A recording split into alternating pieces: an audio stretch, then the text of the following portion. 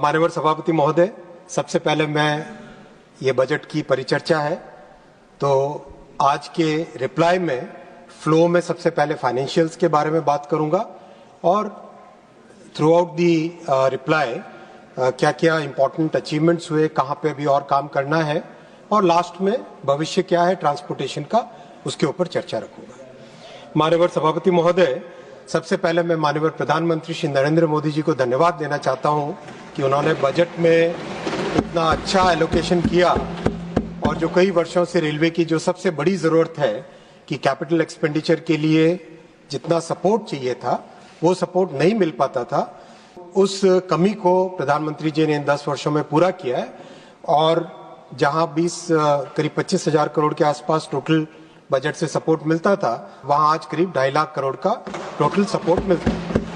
बहुत इसका फायदा हुआ है, बहुत इसका लाभ हुआ है और इसके कारण ही आज हम पहले से मच बेटर परिस्थितियों में पहुंच पाए। साथ ही साथ मैं माननीय वित्त मंत्री श्रीमती निर्मला सीतारमण जी को धन्यवाद देना चाहूंगा।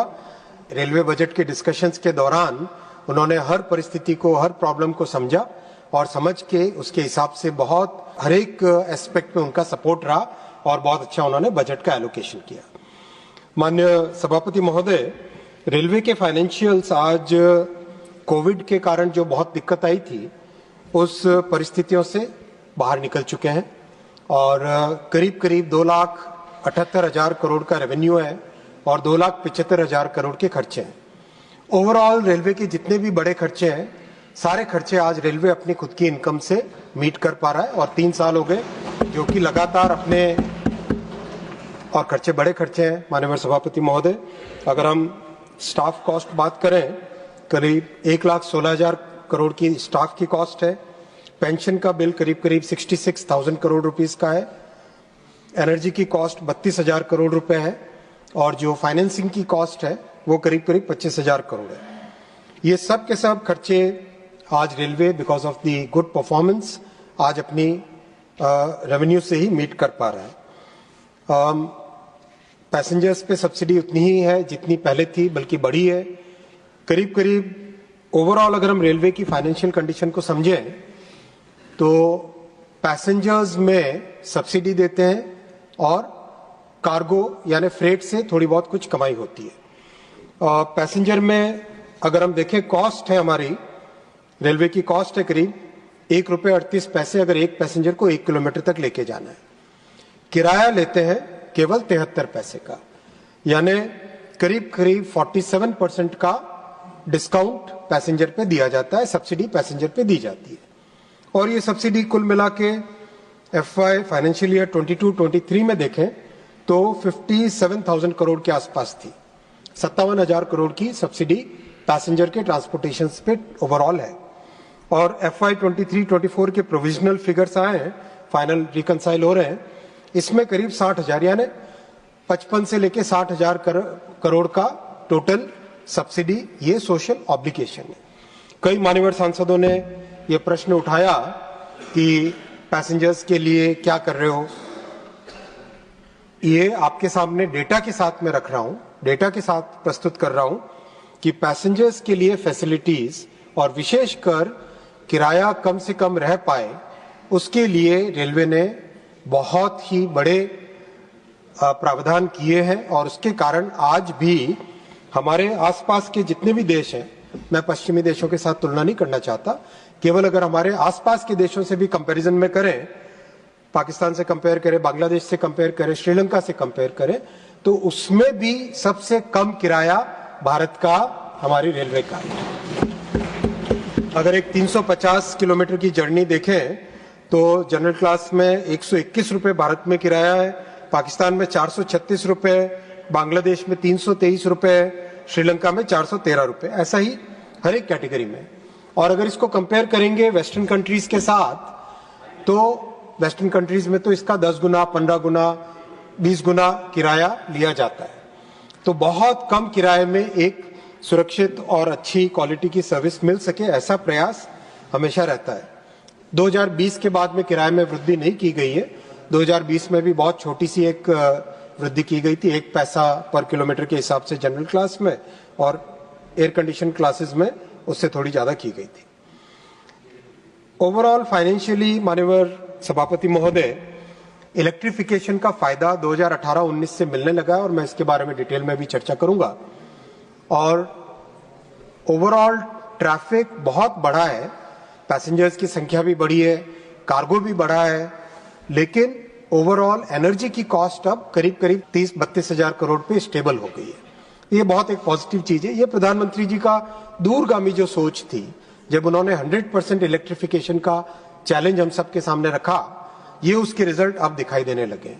तो ये पर्यावरण एनवायरमेंट के पॉइंट ऑफ व्यू से भी बहुत अच्छा है और फाइनेंशियली भी इलेक्ट्रिफिकेशन का फायदा अब मिलने लगा है। 7th पे कमीशन के कारण जो वेज कॉस्ट, स्टाफ कॉस्ट बढ़ गई थी, वो बढ़ी हुई है। आज भी पेंशन कॉस्ट भी बहुत बढ़ी हुई है। करीब 15 लाख पेंशनर्स हैं और 12,30,000 के आसपास एम्प्लॉइज हैं। तो वो एक सिग्निफिकेंट कॉस्ट है, जो कॉस्ट रेलवे आज प्रयास करके मैक्सिमम से मैक्सिमम कार्गो कैरी करके रेलवे उसको मीट करने की कोशिश कर रहा है। ओवरऑल फाइनेंशियल कंडीशन ठीक है, इससे बेहतर करने के प्रयास लगातार चलते रहेंगे और कोविड की जो प्रॉब्लम्स थी उससे रेलवे आज बाहर निकल गई है, ऐसा मैं आपके सामने समरी के तौर पे रखना चाहूंगा। अब मैं दूसरे विषय पर आता हूं। माननीय सभापति महोदय, रेलवे ने कई बड़े माइलस्टोन्स अचीव किए और ये माइलस्टोन्स सबके लिए गर्व की बात है, पक्ष के लिए, विपक्ष के लिए, अपक्ष के लिए, सभी के लिए गर्व की बात है, पूरे देश के लिए गर्व की बात है। इस वर्ष 31 मार्च को जो ये वर्ष कंप्लीट हो रहा है, इसमें भारतीय रेलवे वर्ल्ड के टॉप 3 देश में शामिल होगा। कार्गो की कैरिंग 1.6 बिलियन टन इस साल का कार्गो कैरी होगा। यूएस का भी करीब करीब 1.6 बिलियन है और चाइना का करीब इससे ज्यादा है। तो चाइना, यूएस और इंडिया, ये 3 देश टॉप 10 में इस बार शामिल हो रहे हैं। ट्रैक कंस्ट्रक्शन 34,000 किलोमीटर क्रॉस किया है, जो कि जर्मनी के पूरे नेटवर्क से ज्यादा है। ट्रैक का जो रिप्लेसमेंट, जो कई मान्यवर सांसदों ने ये विषय उठाया कि ट्रैक का रिप्लेसमेंट, मैं ये डेटा आपके सामने रखना चाहता हूं और फैक्ट्स हैं। 50,000 किलोमीटर, करीब करीब 49 समथिंग है, 50,000 किलोमीटर ट्रैक का रिप्लेसमेंट किया गया है। और ये रिप्लेसमेंट के दौरान इस बात का ध्यान रखा गया है कि बेटर क्वालिटी के लॉन्गर रेल्स, मैंने डिटेल में रखूंगा इसका विषय, ये सब किया गया जिसका सेफ्टी पे बहुत अच्छा पॉजिटिव इंपैक्ट आया है। फ्लाईओवर्स और अंडरपासेस, जो कि हमारे ग्रामीण क्षेत्रों में, कई शहरों में, खासकर छोटे शहरों में बड़ी दिक्कत थी, 12,000 से ज्यादा फ्लाईओवर्स और अंडरपासेस बने और अंडरपासेस में जो वाटर लॉगिंग की प्रॉब्लम है उसके ऊपर भी मैं डिटेल में बताऊंगा। एलएचबी कोचेस, जो कि बहुत इंपॉर्टेंट थे कि सेफ्टी के पॉइंट ऑफ व्यू से LHB coaches are much more safer compare to the older generation of ICF coaches. इसके करीब 41,000 एलएचबी कोचेस बन गए और माननीय सभापति महोदय, मैं पूरी जिम्मेदारी के साथ कहना चाहूंगा कि मोदी जी की 3rd टर्म में जितने आईसीएफ कोचेस थे उन सबको रिप्लेस कर देंगे एलएचबी कोचेस। कोविड में पैसेंजर्स में स्वाभाविक तौर पे दुनिया भर में, देश भर में एक बिहेवियरल चेंज आया था, तो रेलवे की तरफ से दूसरे मोड्स में शिफ्ट हुए थे, वापस रेलवे की तरफ आने लग गए पैसेंजर्स। इस साल 700 करोड़ का आंकड़ा पार करेगा। तो मोटा मोटी जो ट्रांसपोर्ट, मैं कोई ट्रांसपोर्ट का एक्सपर्ट नहीं हूं, लेकिन जो एक्सपर्ट्स हैं वो बताते हैं कि करीब करीब 700-750 crore railway, 200-250 crore roads and highways और 30-35 करोड़ एयरवेज, ये ट्रांसपोर्ट का डिस्ट्रीब्यूशन अब ओवरऑल देश में रहेगा और इसमें और बढ़ेगा ही बढ़ेगा। जैसे लोगों का ट्रैवलिंग बढ़ रहा है वैसे ये बढ़ेगा। लोकोमोटिव प्रोडक्शन में एक बहुत ही सेटिस्फाइंग एक माइलस्टोन अचीव हुआ है। 1,400 लोकोमोटिव इस साल मैन्युफैक्चर हो रहे हैं, जो कि पूरे अमेरिका और यूरोप को अगर ऐड कर दे उससे भी ज्यादा हमारे यहाँ लोकोमोटिव इस साल मैन्युफैक्चर हो रहे हैं। तो ये बहुत अच्छा, एक बड़ा अचीवमेंट है। और 2 लाख के आसपास वैगन ऐड हुए पूरी फ्लीट में, जो कंडेम हो गए उनको बाहर निकाल के नए ऐड हुए, उसको जोड़े तो करीब करीब नेट 2 लाख वैगन्स ऐड हुए।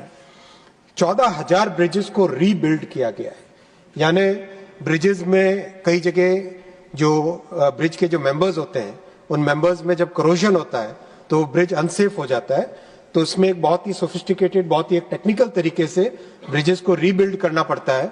तो 14,000 ब्रिजेस को रीबिल्ड किया गया है। ब्रिजेस का क्लासिफिकेशन भी चेंज कर रहे हैं, बहुत एक मेथोडिकल तरीके से और अच्छा इसमें एआई का उपयोग और कई टेक्नोलॉजीज का उपयोग भी ब्रिजेस के मेंटेनेंस में किया जा रहा है।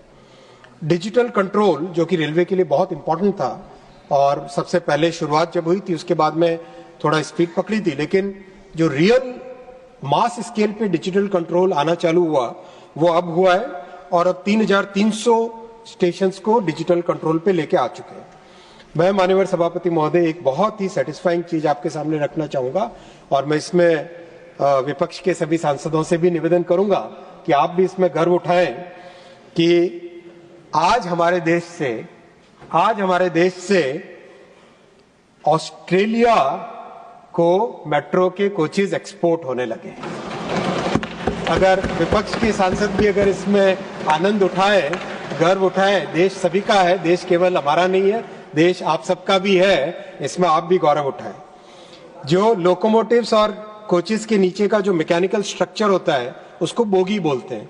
कोच है ऊपर, नीचे बोगी, यानी उसका अंडर फ्रेम का एक्सपोर्ट अब United Kingdom, Saudi Arabia, France, Australia, इन सब देशों को होने लगा। प्रपल्शन जो कि पावर इलेक्ट्रॉनिक्स का बहुत ही इंपॉर्टेंट, पावर ट्रेन का बहुत इंपॉर्टेंट पार्ट है, प्रपल्शन का एक्सपोर्ट होने लगा है France, Mexico, Romania, Spain, Germany और इटली। ये भी बहुत ही गौरव की बात है। Passenger coaches Mozambique, Bangladesh, Sri Lanka, locomotives जा रहे हैं अब मोजाम्बिक, सेनेगल, श्रीलंका, म्यांमार और बांग्लादेश। और माननीय अध्यक्ष जी, बहुत नजदीक फ्यूचर में बिहार में जिस फैक्ट्री को माननीय श्री लालू यादव जी ने अनाउंस किया था, सिर्फ काम नहीं किया, उसके बाद में माननीय मोदी जी जब 2014 में जिम्मेदारी ली तब उन्होंने उस फैक्ट्री पे काम चालू किया बिहार में, मरोरा में, सारण जिले में। इस फैक्ट्री से बने हुए लोको करीब 100 से ज्यादा बहुत जल्दी उसका एक्सपोर्ट चालू होने वाला है। मेड इन बिहार लोकोमोटिव्स दुनिया में जाएंगे। Please Sanjay ji, please. साथ ही साथ तमिलनाडु से forged wheels will be exported from Tamil Nadu in the very near future to the entire world.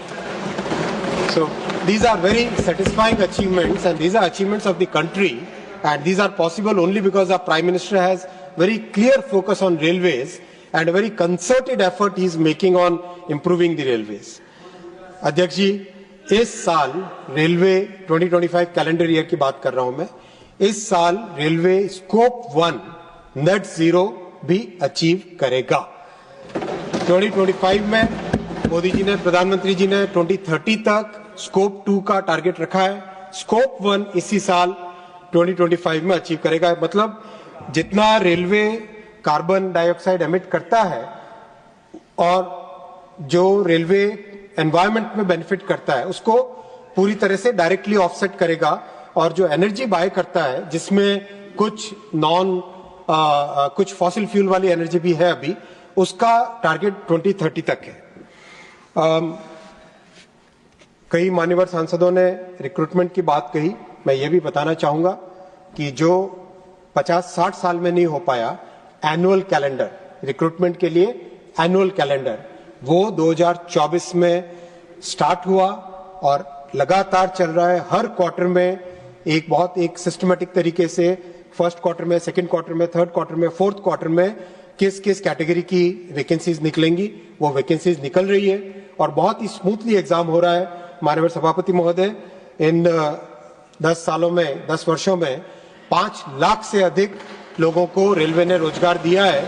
अगर यूपीए से कंपेयर करें तो यूपीए में 4 लाख थे, आज 5 लाख का, और आज as we speak ongoing 1 lakh लोगों का रिक्रूटमेंट का प्रोसेस चल रहा है। लोको पायलट का भी चल रहा है, शायद आपकी जानकारी में नहीं है माननीय सांसद, लेकिन वो भी बहुत स्मूथली अभी भी कंप्लीट हुआ है, लोको पायलट का भी।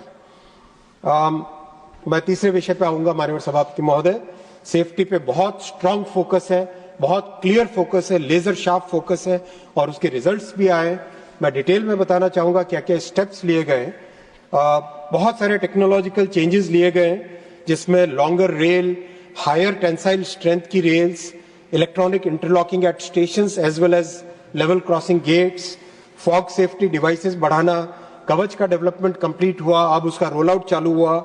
इन सब चीजों पे थिक वेब स्विचेस लाना, वेल्डेबल क्रॉसिंग्स लाना, इन सब पे पहले के कंपैरिजन में कई गुना ज्यादा काम अभी हो रहा है और अच्छा इसके रिजल्ट आ रहे हैं।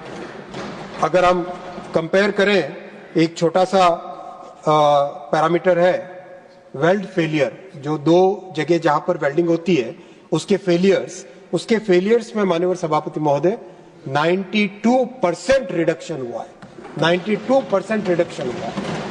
रेल फ्रैक्चर्स जो 2013-14 में 2500 के आसपास थे साल के, वो कम होके 250 से कम रह गए हैं, यानी 91% रिडक्शन हुआ है रेल फ्रैक्चर्स में। ये सब रिजल्ट्स मेजर्ड है, लॉग्ड है, फैक्चुअल है, कोई भी जानकारी लेना चाहे ले, और उसका रिजल्ट भी दिखाई देने लगा है। स्टाफ की ट्रेनिंग पे बहुत फोकस किया गया है, मेंटेनेंस प्रैक्टिसेस में बहुत इंप्रूवमेंट हुआ है, इंफ्रास्ट्रक्चर बहुत पहले से इंप्रूव हुआ है, फ्लाईओवर्स बनने से और नॉन अनमैन्ड लेवल क्रॉसिंग्स को रिमूव करने से बहुत बेनिफिट हुआ है। ओवरऑल रेलवे में सेफ्टी पे करीब 1,16,000 करोड़ का इन्वेस्टमेंट है, revenue expenditure as well as capital expenditure दोनों को मिला के, और ये पहले के कंपैरिजन में कई गुना ज्यादा है और ये कंसिस्टेंटली 2-3 वर्षों से चल रहा है। माननीय सांसद ने एक बहुत ही छोटी बात उठाई थी, ऐसा नहीं कहना चाहिए था उन्हें, फिर भी उन्होंने कहा, लेकिन मैं फिर भी उसका जवाब देना चाहूंगा कि आरआरएसके के फंड्स का आपने कहा कि फुट मसाजर जो रेलवे के लोको पायलट्स होते हैं सभापति महोदय, उनकी वर्किंग कंडीशंस बड़ी डिफिकल्ट होती है। 8-8, 10-10 घंटे तक जब वो खड़े खड़े वाइब्रेशंस में, टेम्परेचर में, नए लोग आ रहे हैं, वो बेटर क्वालिटी के आ रहे हैं, नई ट्रेन से एक अलग डिजाइन से बन रही है, लेकिन जो पुरानी ट्रेन है वो जिस तरह की बनी है, वो इनका समय था जैसे वो बनाते थे, लेकिन उन ट्रेन के कारण जो 10-10, 11-11 घंटे खड़े रहते हैं, उनके उपयोग के लिए लोको पायलट्स के रेस्ट रूम्स में, लोको पायलट के रनिंग रूम्स में, वहां पर फुट मसाजर लोको पायलट्स के लिए है। आरआरएसके के फंड्स का उपयोग बहुत अच्छी तरह से किया गया। आप इसका गलत एक नैरेटिव बनाने की कोशिश मत करिए, ये मेरा रिक्वेस्ट है। अध्यक्ष जी, एक्सीडेंट्स में इन सब स्टेप्स के कारण, सेफ्टी पे फोकस के कारण एक सिग्निफिकेंट रिडक्शन आया है। 2005-6 में ऑनरेबल लालू जी जब रेल मंत्री थे तब 234 एक्सीडेंट्स थे साल में, और अगर उसमें ऐड कर ले डिरेलमेंट्स को तो 698 होते थे, यानी on an average 2 a day 365 दिन में 698 2 पर डे होते थे। ऑनरेबल ममता जी जब रेल मंत्री जी थी तब 165 एक्सीडेंट्स होते थे साल में, उसमें डिरेलमेंट अगर ऐड करें तो 395, यानी on an average 1 per day, daily एक एक्सीडेंट या डिरेलमेंट होता था ऑनरेबल ममता जी के समय में। ऑनरेबल खड़गे जी एलओपी साहब हैं, मैं बहुत इज्जत करता हूं उनकी, और रेलवे बोर्ड में ये डेटा है 118 एक्सीडेंट्स ऑनरेबल खड़गे जी के टाइम में थे, 263 डिरेलमेंट अगर ऐड करें तो 381, यानी again more than 1 every day, daily इस तरह का ये उस समय का था। मैं ये नहीं कहता कि उसी परिस्थितियों में रहना चाहिए। मोदी जी ने आके फोकस किया, सेफ्टी पे फोकस किया, लगातार रिव्यू उनका होता है सेफ्टी पे, लगातार रूट कॉज में जाने का एक प्रेरणा देते हैं वो, और प्रोसेस में, मेंटेनेंस प्रोसेस में टेक्नोलॉजी नहीं लाना हो, नए तरीके इक्विपमेंट लाने हो, इन सब के ऊपर ध्यान देने के कारण 2019-20 तक जो ये डेली 1 अ डेली था वो लेस देन 1 हुआ, और आज माननीय सभापति महोदय ये एक्सीडेंट्स 30 और डिरेलमेंट अगर ऐड करें 43, टोटल 73, यानी जो 700 के आसपास था number, that is now come down to less than 80, that is the 1/10, 90% reduction, that is the, but we should not be satisfied at that. I am saying, Honorable Chairman Sir, with full responsibility, we should not be satisfied at that, and we should aim, strive to significantly reduce it further. And हम लोग संकल्पबद्ध हैं, and we are every incident, small or big, we are making sure that we go to the root cause and wherever people are making any mistakes or equipment are faulty or there are design issues, we are changing those and making sure that that particular cost should not be repeated. That is the approach with which we are taking. कई मान्यवर सांसदों ने कहा कि हाँ, जरूर इससे पहले बड़े बड़े दिग्गज नेता हुए थे, उन सब ने अच्छा काम किया। मैं ये नहीं कहता कि उनका कंट्रीब्यूशन नहीं था।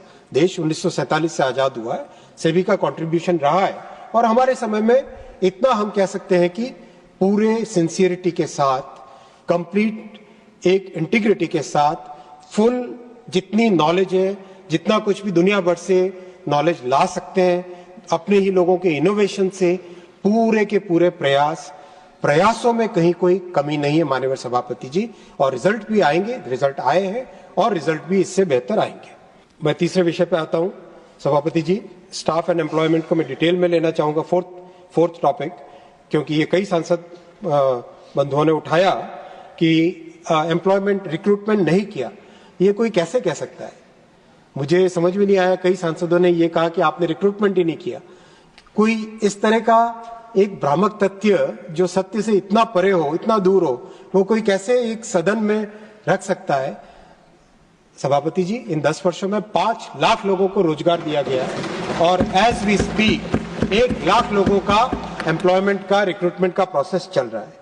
और मैं बताना चाहूंगा कितनी ट्रांसपेरेंसी के साथ काम हुआ है। अभी केरल के सांसद जी ने कहा लोको पायलट का, अभी हाल ही में एग्जाम कंप्लीट हुआ है। 18,40,000 कैंडिडेट्स अपीयर हुए थे लोको पायलट्स के एग्जाम में। 5 दिन तक एग्जाम चला, 15 शिफ्ट्स, 156 सिटीज, 346 सेंटर्स, 15 लैंग्वेजेस में एग्जाम हुआ है। Absolutely no problem, totally transparent, कहीं पे कोई दिक्कत नहीं उस एग्जाम में।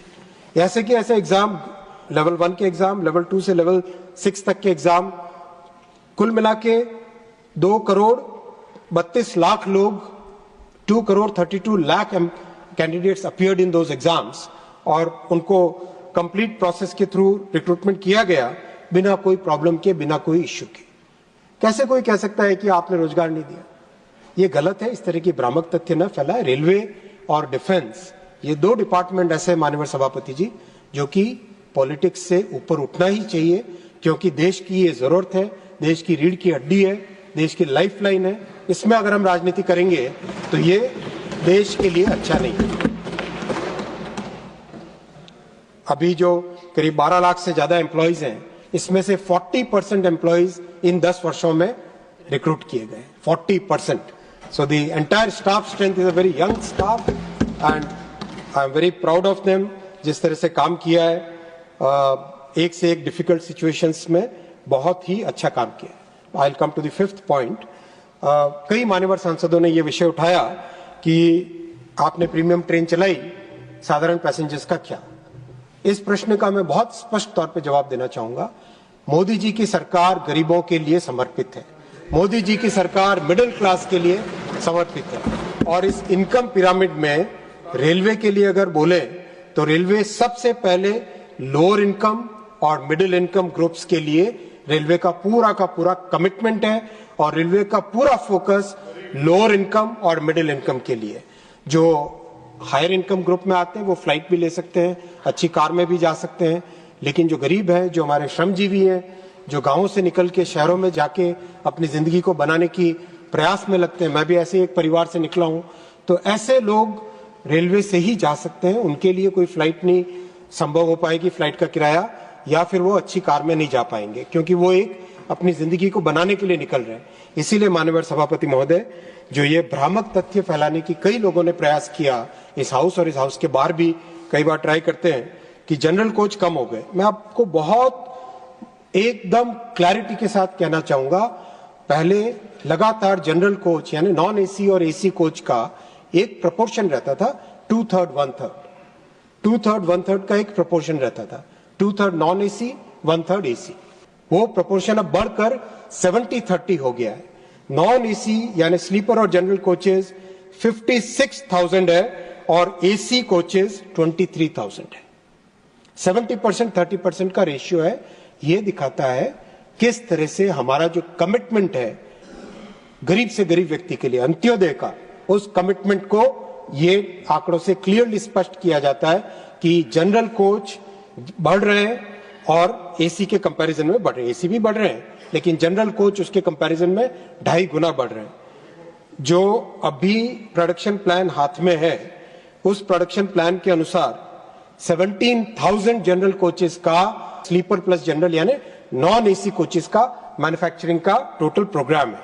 तो कोई इस आरोप को न लगाए। माननीय सभापति महोदय, जिस पार्टी से मैं आता हूं, जनसंघ के समय से 1952 से इस पार्टी ने हमेशा अंत्योदय की भावना के साथ काम किया। जो गरीब से गरीब वर्ग है, जो समाज के अंतिम छोर पर है, उनके लिए ये पार्टी जीती है। उन्हीं के लिए इस पार्टी का संकल्प है, उन्हीं के लिए इस पार्टी ने राजनीति में आने का काम लिया है। ये आज की बात नहीं है, मेरे ग्रैंडफादर जनसंघ के फाउंडर्स में से थे। I am proud of that. इसीलिए मैं कहना चाहता हूं कि हमारा मूल ये है, राष्ट्र प्रथम सदैव प्रथम, और अंत्योदय हमारे मूल में है और हमेशा उसके लिए हम काम करेंगे।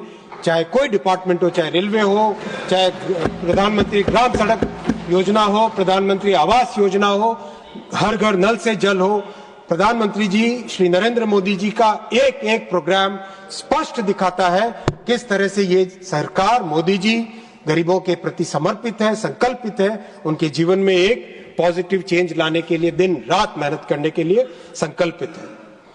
माननीय अध्यक्ष जी, सभापति महोदय, कई मान्यवर सांसदों ने ट्रेन में भीड़ की बात उठाई। भीड़ के लिए रेलवे ने जो स्टेप्स लिए वो मैं आपको बताना चाहूंगा।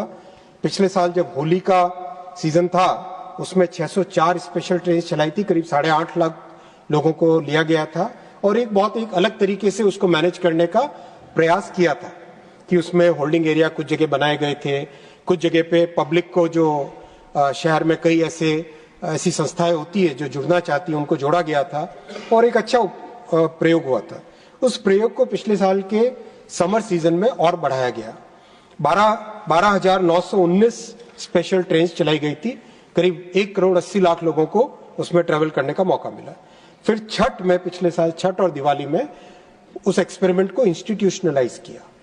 करीब 8 स्टेशन पे बाहर होल्डिंग एरिया बनाए गए, टेंट लगाए गए, खाने की व्यवस्था की गई, पीने के पानी की व्यवस्था की गई, टिकट काउंटर्स को स्टेशन के अंदर से बाहर होल्डिंग एरिया में लेके जाया गया और उसका अच्छा रिजल्ट मिला। करीब 8,000 के आसपास छठ और दिवाली में जो स्पेशल ट्रेन चलाई थी, एक एक स्टेशन पे 40-40 हजार लोग भी आए, लेकिन कहीं कोई दिक्कत नहीं आई।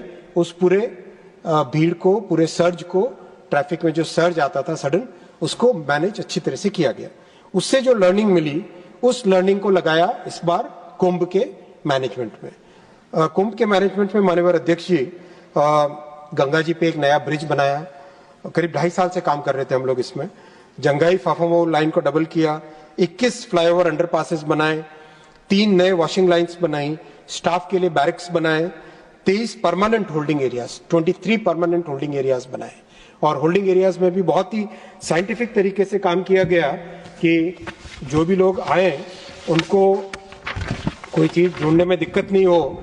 4 कलर में कलर कोडिंग की गई।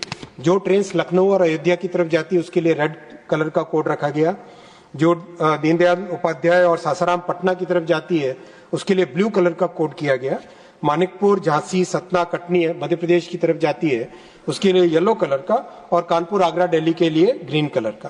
तो ओवरऑल एक ऐसी व्यवस्था की गई जिससे कि पैसेंजर्स को एक मिनिमम से मिनिमम असुविधा के साथ आराम से आ सके। बहुत डिफिकल्ट था, करीब 4.5 करोड़ के आसपास पैसेंजर्स ने ट्रेन से ट्रेवल किया और मैं उन सबका धन्यवाद देना चाहूंगा कि डिस्पाइट ऑल द डिफिकल्टीज सभी पैसेंजर्स ने सहयोग किया और रेलवे के एम्प्लॉइज ने दिन रात काम किया। मैं एक एग्जांपल ऐसा भी देना चाहूंगा जिसमें एक फीमेल कांस्टेबल अपने बच्चे को स्लिंग में रख के काम कर रही है। ऐसे भी एग्जाम्पल थे। एक एक अधिकारी दिन रात 24 घंटे काम करते थे। वॉर रूम्स बने हुए थे। वॉर रूम से कोई ऐसा दिन नहीं होगा जिस दिन रात में 2-2:30 बजे से पहले कोई वॉर रूम से निकल पाए होंगे।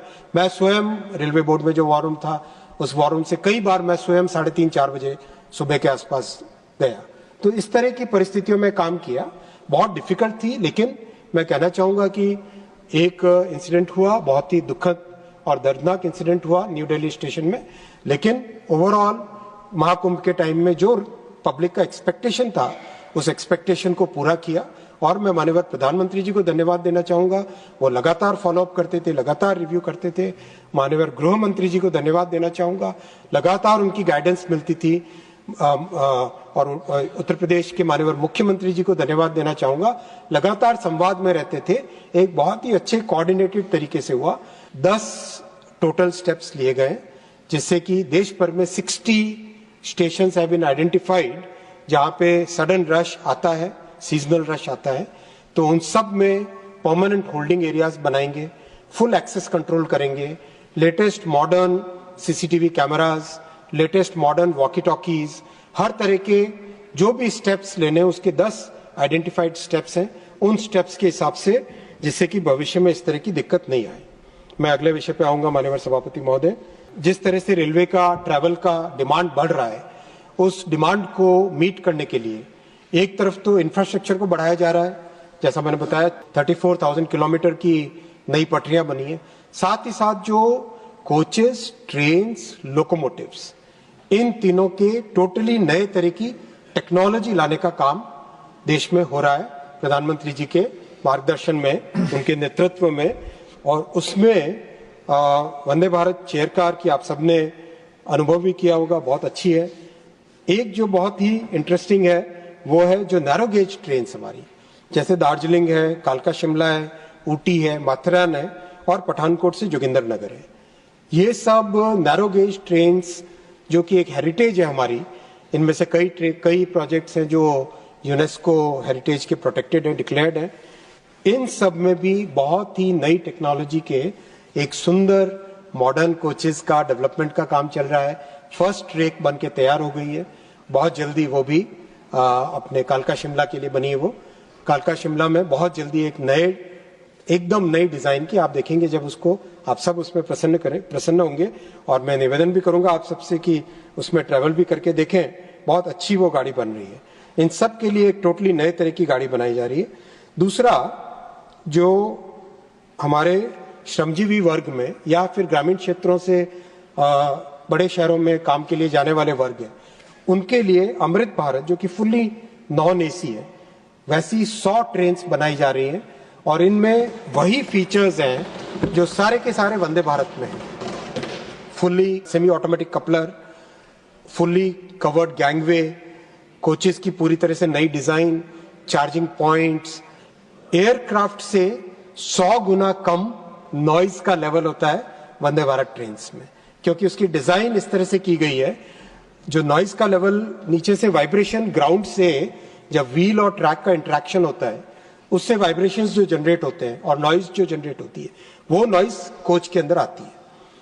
उसको रिड्यूस करने के लिए बोगी की डिजाइन यानी अंडर फ्रेम की डिजाइन बहुत स्पेशल डिजाइन की गई है, जो ग्लोबल स्टैंडर्ड है मार्जिन्स के, डिजाइन के मार्जिन्स के, उससे मच बेटर डिजाइन की बोगी इसमें रखी गई, जिसके कारण एयरक्राफ्ट से 100 टाइम्स लेस नॉइज इसमें रहती है। सेकेंड, जो इसकी एयर का सर्कुलेशन का सिस्टम है, उस सिस्टम में इस तरह का डिवाइस, इस तरह की टेक्नोलॉजी लगाई गई है, अल्ट्रावायलेट यूवी टेक्नोलॉजी कहते हैं इसको, जिससे 99.9% जर्म्स फिनिश हो जाते हैं, मर जाते हैं, ताकि अंदर जो एयर आए, जो कोच के अंदर एयर रहे, वो एयर हमेशा क्लीन रहे।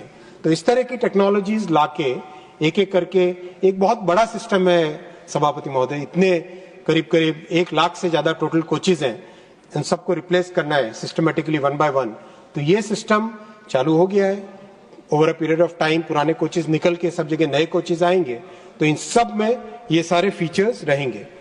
नमो भारत ट्रेन जो कि शॉर्ट डिस्टेंसेस के लिए, वो करीब 50 ट्रेन बनाई जा रही है और उसमें भी एसी और नॉन एसी दोनों वेरिएंट्स रहेंगे, जिससे कि लोकल ट्रिप जो 2 छोटे शहरों के बीच में डिस्टेंसेस हैं, उसके लिए ये नमो भारत ट्रेन रहेंगी। मुंबई के लिए 238 नई ट्रेन्स बनाई जा रही है, जो कि बहुत ही अच्छी क्वालिटी की होंगी, टोटली नई जनरेशन की ट्रेन्स होगी। और अभी भी माननीय देवेंद्र जी दिल्ली आए थे एक कार्यक्रम में, तब भी मेरी भी उनसे डिटेल में चर्चा हुई।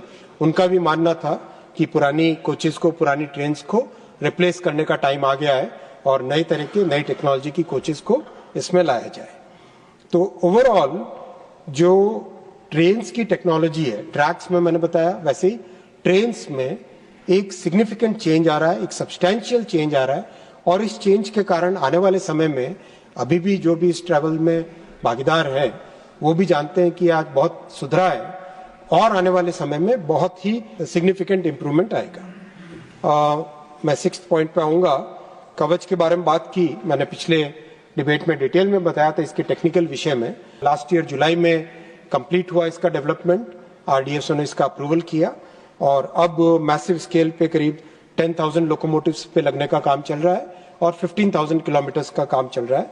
ओवरऑल किसी को वो डेटा लेने की जरूरत नहीं कि 2% हुआ तो कितने में होगा, वो बात नहीं है। शुरुआत होती है, शुरुआत में जब डेवलपमेंट का फेज होता है तो उसमें टाइम लगता है, लेकिन जब एक बार डेवलपमेंट कंप्लीट होता है तो then it becomes very fast. So that is what it is. 20,000 से ज्यादा फील्ड स्टाफ को ट्रेनिंग दी है, बहुत जरूरी होता है। 13 इंजीनियरिंग कॉलेजेस के साथ MOU किया है जिससे कि कवच की ट्रेनिंग हो सके। अध्यक्ष जी, ये केवल एक डिवाइस नहीं है, it is like creating a complete telecom network. Her 4-5 kilometre पे टेलीकॉम टावर एक बनता है, उसके ऊपर पूरा रेडियो नेटवर्क बनता है, पूरे के पूरे ट्रैक के ऊपर हर 100 मीटर में डिवाइसेस लगते हैं, कंप्लीट रेलवे ट्रैक के साथ ऑप्टिकल फाइबर का केबल नेटवर्क लगता है, हर स्टेशन पे डेटा सेंटर बनता है और उस सारे स्टेशंस का डेटा एक सेंट्रल कंप्यूटर सेंटर में आता है और साथ ही साथ लोकोमोटिव के ऊपर या ट्रेन के ऊपर डिवाइस लगता है। It's very very complex, it's a complete, it's like creating one full BSNL जैसी एक पूरी कंप्लीट टेलीकॉम कंपनी जैसा नेटवर्क क्रिएट करने जितना बड़ा काम है। लेकिन एक संकल्प लेके चल रहे हैं कि ये इस तरह का काम, इसको ऑटोमेटिक ट्रेन प्रोटेक्शन टेक्नोलॉजी कहते हैं। जो समृद्ध देश है उन्होंने करीब 20 साल लगाए थे जिनके नेटवर्क हमसे आधे थे, लेकिन मोदी जी ने हमको क्लियर टारगेट दिया है और संकल्प के साथ चल रहे कि 5-6 वर्षों के अंदर अंदर पूरे देश को कवच के नेटवर्क से कवर करना, इस तरह के संकल्प के साथ काम करना। और इसमें बहुत लोग सहयोग दे रहे हैं, faculty members, engineering colleges, AICTE, इन सब का इसमें सहयोग मिल रहा है। मैं अगले विषय पे आऊंगा। वाटर लॉगिंग के बारे में कई लोगों ने बात की, कई सांसदों ने विषय उठाया। करीब 14,000 के आसपास टोटल अंडरपासेस हैं देश में। उसमें वाटर लॉगिंग को सॉल्व करने के लिए करीब 4,000 में पंप्स इंस्टॉल किए गए और करीब 1,800 में परमानेंट करेक्शंस किए गए। और परमानेंट करेक्शंस 3 तरह के हैं। जो पानी बाहर से आता है उसको रिमूव करने के लिए कवर, अप्रोच रोड पे कवर करना, साइड वॉल्स बनाना, हम्प्स बनाना और ड्रेन्स बनाना। और जो सीपेज होता है ग्राउंड से, उसके लिए जॉइंट्स को सील करना, PU ग्राउटिंग करना, लाइनिंग करना और कंक्रीटिंग करना, ये स्टेप्स लिए गए। और जहां पर वीप होल्स है उनको प्लग किया है। और जो कॉमन मेजर्स है दोनों प्रकार की प्रॉब्लम्स को सॉल्व करने के लिए, कई जगह पे जहां पर पास में कोई नाला है, पास में कोई स्ट्रीम है, वहां तक पूरी ड्रेनेज बना दी गई है और पाथवेज को रेज किया गया। इस तरह के कई काम किए गए। और मैंने खुद ने पिछले मानसून में कई पंप ऑपरेटर्स के साथ बात की थी। पिछले साल रिजल्ट ठीक रहा था, इस साल और ज्यादा तन्मयता के साथ काम करेंगे और ज्यादा अलर्टनेस के साथ काम करेंगे। साथ ही साथ पूरे डिजाइन को भी चेंज कर रहे हैं। ये डिजाइन एक नए तरह का डिजाइन बना है, 6 जगह लगा है अभी वो डिजाइन। उस डिजाइन को एक बार एक्सपेरिमेंटल तौर पे कुछ समय और उसको देख लें, उसका एक्सपीरियंस कैसा है। एक बार वो ठीक लगा एक्सपीरियंस तो देश भर में फिर उसी नए डिजाइन के ROB बनाए जाएंगे। ROB में भी बहुत चेंजेस आए। पहले हर एक ROB का डिजाइन लेने के लिए RDSO वगैरह अप्रूवल के लिए जाना पड़ता था, कई बार कई महीने लग जाते थे। एक स्टैंडर्ड डिजाइन की बुकलेट बनी है, 108 या 110 स्टैंडर्ड डिजाइन्स बनाए गए, सिंगल लाइन के लिए, डबल लाइन के लिए, 3 लाइन के लिए, 4 लाइन के लिए। 90 डिग्री एंगल हो, 80 डिग्री एंगल हो, 70 डिग्री एंगल हो, हर एक प्रकार के परम्यूटेशन कॉम्बिनेशन का लेके स्टैंडर्ड डिजाइन बना दिया गया है, जिससे कि बहुत अच्छा इसका लाभ मिला है। कई राज्यों के साथ अभी भी काम करने में थोड़ा और कोऑपरेशन चाहिए, क्योंकि जो अप्रोच रोड होती है फ्लाईओवर की, रेलवे वाले पोर्शन पे तो रेलवे बना ले, बाकी का जो अप्रोच रोड है उसमें स्टेट गवर्नमेंट की मदद चाहिए होती है। तो कई जगह ये रिक्वायरमेंट है, मैं नाम नहीं लूंगा, फिर हमारे माननीय सांसद महोदय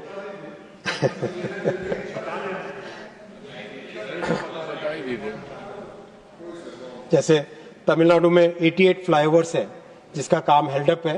केरला में भी कुछ ऐसी हालत है। केरला में लैंड एक्विजिशन इज ओनली 14%, तो जितना थोड़ा दिक्कत है। वैसे हम भी प्रयास कर रहे हैं, आप भी प्रयास करिए। माननीय सभापति महोदय, आपके माध्यम से मैं सभी सांसदों से भी रिक्वेस्ट करूंगा कि केरला में 97 फ्लाईओवर्स है जो कि स्टेट गवर्नमेंट का कोऑपरेशन मिले तो काम आगे बढ़ सकता है। वैसा ही हाल वेस्ट बंगाल में भी है। वेस्ट बंगाल में तो seriously we need your support. Only 21% land is made available, 79% land available होनी है। और जो एक के बाद एक प्रोजेक्ट्स में बहुत मेहनत करनी पड़ रही है तब जाके कुछ हो पा रहा है। नंदीग्राम का जो प्रोजेक्ट है, देश प्राण से नंदीग्राम का 17 किलोमीटर की लाइन है। 3 साल लग गए तब जाके काम कुछ हो पाया, और उसमें भी इतना प्रयास करना पड़ा, इतना लगातार लॉ एंड ऑर्डर का सिचुएशन आ जाता है और ऐसी परिस्थितियां बन जाती है कि काम करना अपने आप में बहुत ही मुश्किल हो जाता है। इसके अलावा चाहे मध्य प्रदेश हो, चाहे उत्तर प्रदेश हो, बहुत अच्छी प्रोग्रेस है। राजस्थान हो, गुजरात हो, महाराष्ट्र हो, बहुत अच्छी प्रोग्रेस है। और मैं वहाँ की सरकारों को, हरियाणा, उनकी सरकारों को मैं धन्यवाद भी देना चाहूँगा जो अभी प्रोग्रेस हुई है उस प्रोग्रेस में और भी तेजी लाएंगे मिलके। मैं केवल एक डेटा रखना चाहूँगा, कोलकाता मेट्रो, सभापति महोदय, 1972 से ये प्रोजेक्ट का कोलकाता मेट्रो का चालू हुआ था। 72 से 2014, 42 ईयर्स, 42 ईयर्स में कोलकाता मेट्रो का काम हुआ 28 किलोमीटर्स। और मोदी जी ने 2014 में जिम्मेदारी लेने के बाद में अब तक 38 किलोमीटर कोलकाता मेट्रो बना। कहा 40 साल का काम और कहा 10 साल का काम। 40 साल का काम और 10 साल का काम, हेल्प मिला है। मैं कहता हूं थोड़ा सा और हेल्प करे, थोड़ा सा और हेल्प करे। और ये प्लीज सुन लो डायरेक्ट दादा ये प्लीज सुन लो, थोड़ी सी और हेल्प चाहिए। जो न्यू बैरकपुर टू बारासात सेक्शन है उसमें हैवी एनक्रोचमेंट है, हेल्प करिए। बारानगर टू बैरकपुर है, केवल यूटिलिटीज शिफ्ट करनी है, काम रुका हुआ है, थोड़ी हेल्प करिए। मोमिनपुर टू बीबीडी बाग है। खिदिरपुर स्टेशन जो कि है भवानीपुर कॉन्स्टिट्यूएंसी में, राइट, भवानीपुर कॉन्स्टिट्यूएंसी किसकी है सबको पता है। वहां पर भी केवल वेस्ट बंगाल गवर्नमेंट की जमीन चाहिए, केवल वेस्ट बंगाल गवर्नमेंट की जमीन चाहिए। प्लीज दिलवा दीजिए, काम और तेजी से आगे बढ़ाएंगे। मैं ये कहना चाहूंगा कि इन 10 वर्षों में कई ऐसे प्रोजेक्ट्स हैं जो कि देश के लिए नहीं, सारी दुनिया में आज भारत का नाम ऊंचा कर रहे हैं। कश्मीर का प्रोजेक्ट चेनाब ब्रिज, जो कश्मीर और जम्मू और कश्मीर को कनेक्ट करने वाला चेनाब ब्रिज, जो कि 35 मीटर्स टॉलर है एफिल टावर से भी, वो ब्रिज भी बनके तैयार हुआ है। उसकी कंप्लीट CRS का सेफ्टी का इंस्पेक्शन कंप्लीट हुआ है और उसके बाद में उनकी रिपोर्ट आने के बाद में जो भी स्टेप्स लेने वो रेलवे ले रही है। और एक बहुत वर्षों से जो बड़ी एक ड्रीम थी कश्मीर और जम्मू को जोड़ने का रेलवे मार्ग से, वो सपना बहुत जल्दी पूरा होगा। कई लोगों ने कहा कि इसमें कॉस्ट बहुत ज़्यादा लगी। मैं उनको बताना चाहूँगा कि इस प्रोजेक्ट की कॉम्प्लेक्सिटी कितनी थी। ये एरिया ऐसा है जहाँ पे 250 किलोमीटर पर आवर की विंड स्पीड होती है, क्योंकि एक फनल इफेक्ट होता है। जब नैरो एरिया में से विंड पास होती है तो बर्नौलीज प्रिंसिपल के कारण स्पीड एकदम बढ़ जाती है। दूसरा, इसमें सीज्मिक जोन बहुत हाई है, 8 लेवल रिक्टर स्केल पे उस तरह के अर्थक्वेक के लिए ये डिजाइंड है। इसका एक एक फाउंडेशन, फुटबॉल की जो फील्ड होती है, फुटबॉल फील्ड का आधा इतनी बड़ी इसकी ब्रिज की फाउंडेशन है। इस ब्रिज में जो स्टील लगा है उसका हिसाब लगाएं तो टोटल 30,000 टन स्टील यूज हुआ है, जो कि 4 एफिल टावर के बराबर है। और माननीय सभापति जी, ये ब्रिज में बहुत सारे ह्यूमन एंगल भी है। एक ऐसे इंजीनियर से मिलना हुआ था कुछ समय पहले जिसने काम चालू किया था। इंजीनियर ने अपनी पहली नौकरी वहां से चालू की थी। आज अपने परिवार के साथ बच्चों के साथ वहां पे है और चीफ प्रोजेक्ट मैनेजर है। एक जो कमिटमेंट है इस देश में टेक्निकल ताकत का, इंजीनियर्स का और लीडरशिप का, वो इस तरह के प्रोजेक्ट्स की कंप्लीशन से स्पष्ट दिखाई देता है।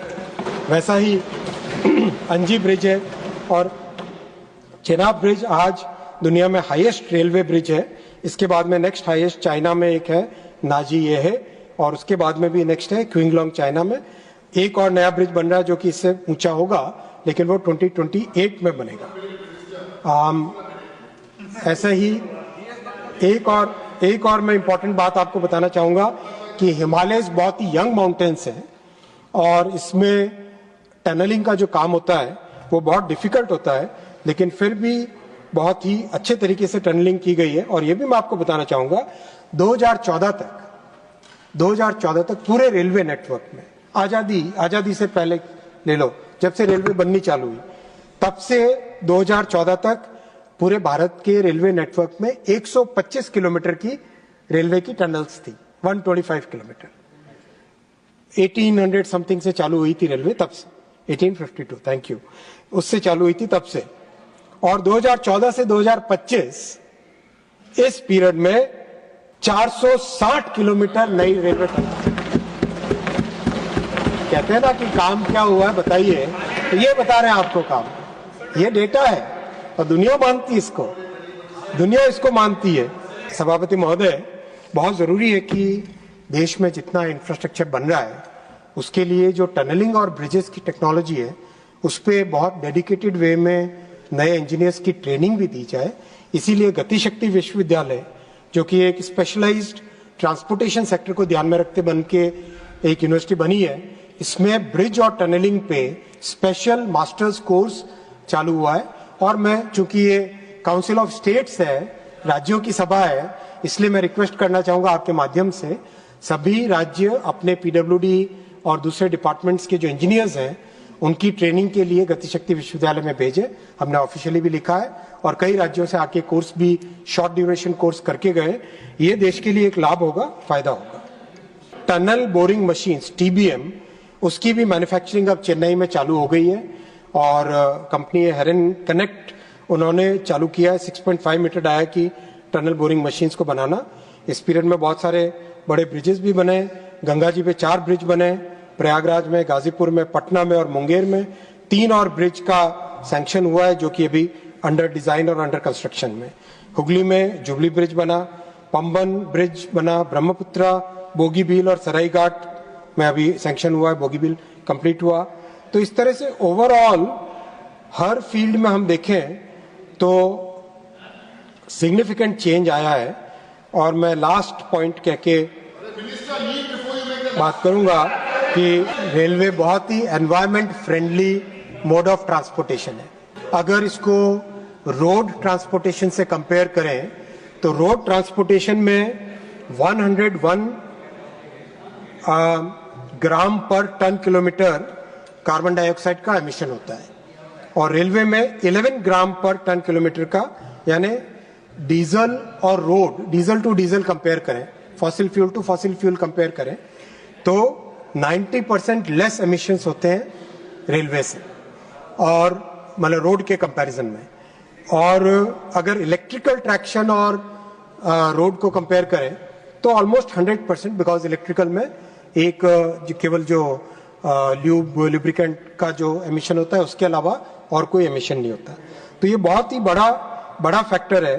मैं आपको बताना चाहूंगा कि जो रेलवे के इलेक्ट्रिफिकेशन से फायदा हुआ उसमें अगर हम केवल 2018-19 से जब बेनिफिट्स आने लगे इलेक्ट्रिफिकेशन से, केवल 2018-19 को रेफरेंस माने, 2018-19 को रेफरेंस माने तो रेलवे में डीजल कॉस्ट जो बची है वो 29,000 करोड़ रुपीस है, 29,000 करोड़ रुपीस। उससे जो फॉरेन एक्सचेंज बचा और जो सबसे बड़ी बात है उसके कारण जो कार्बन डाइऑक्साइड एमिशंस बचा है उसको अगर हम नंबर ऑफ ट्रीज में ट्रांसलेट करें तो this is equivalent to 16 crore trees, यानी दिल्ली जितना प्रदेश का एक नया जंगल बनाते उससे जो कार्बन डाइऑक्साइड बचता उतना रेलवे के इलेक्ट्रिफिकेशन से बचा है। इसीलिए रेलवे के इलेक्ट्रिफिकेशन के लिए जो प्रश्न उठता था कि 100% क्यों, वैसा नहीं उठना चाहिए प्रश्न। बहुत ही इंपॉर्टेंट है रेलवे का इलेक्ट्रिफिकेशन। माननीय सभापति महोदय, जो माननीय सांसदों ने इंडिविजुअल पॉइंट अपने अपने कॉन्स्टिट्यूएंसी से रिलेटेड रखे हैं, उन सबको मेरी टीम ने नोट किया है। बहुत सारे मैंने भी नोट किए हैं स्वयं। उन सब के ऊपर अलग से मैं individually I reach out to all those honourable members. और मैं लास्ट में इतना ही कहना चाहूंगा कि no point of order, please sit down. कहना चाहूंगा इतना ही कहना चाहूंगा कि समय की मर्यादा भी है। इतना ही कहना चाहूंगा कि प्रधानमंत्री श्री नरेंद्र मोदी जी और उनकी सरकार आज रेलवे के डे टू डे इम्प्रूवमेंट के लिए, चाहे पंक्चुअलिटी हो, सेफ्टी हो, क्लीनलीनेस हो, चाहे नई टेक्नोलॉजी लानी हो, हर एक चीज में डे टू डे इम्प्रूवमेंट के लिए लगी हुई है। बहुत ताकत के साथ, संकल्प के साथ, फोकस के साथ, और इसके अच्छे रिजल्ट आए और आने वाले समय में इसके और भी अच्छे रिजल्ट्स आएंगे। मेरा रिक्वेस्ट है, ये सभा, ये महान सदन इस बजट को अनुमोदित करे, इस बजट को अप्रूव करे बिना कोई कट मोशन के, और इसको रेलवे के इस इम्प्रूवमेंट को आगे बढ़ाए। बहुत बहुत धन्यवाद सभापति जी।